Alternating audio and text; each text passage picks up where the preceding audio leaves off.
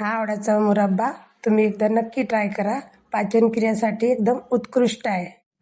चला तर आपण आवळे खिसून घेऊया. आवळे स्वच्छ धुवून घ्यायचे. आता आपण खडी साखर मिक्सरमध्ये बारीक करून घेऊया. आता एक कढई घ्यायची आहे, त्यामध्ये आपण खडी साखर बारीक केली ते ॲड करायची आहे. आता खिसलेला आवळा आपण त्यामध्ये ॲड करूया.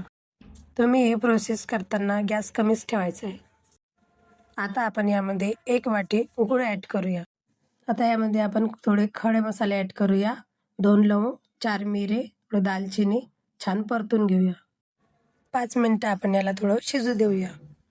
आता यामध्ये थोडी सूट ॲड करायची, थोडं तिखट, थोडे हळद, थोडं चाट मसाला आणि थोडं काळं मीठ आणि सेंधा मीठ ॲड केलंय.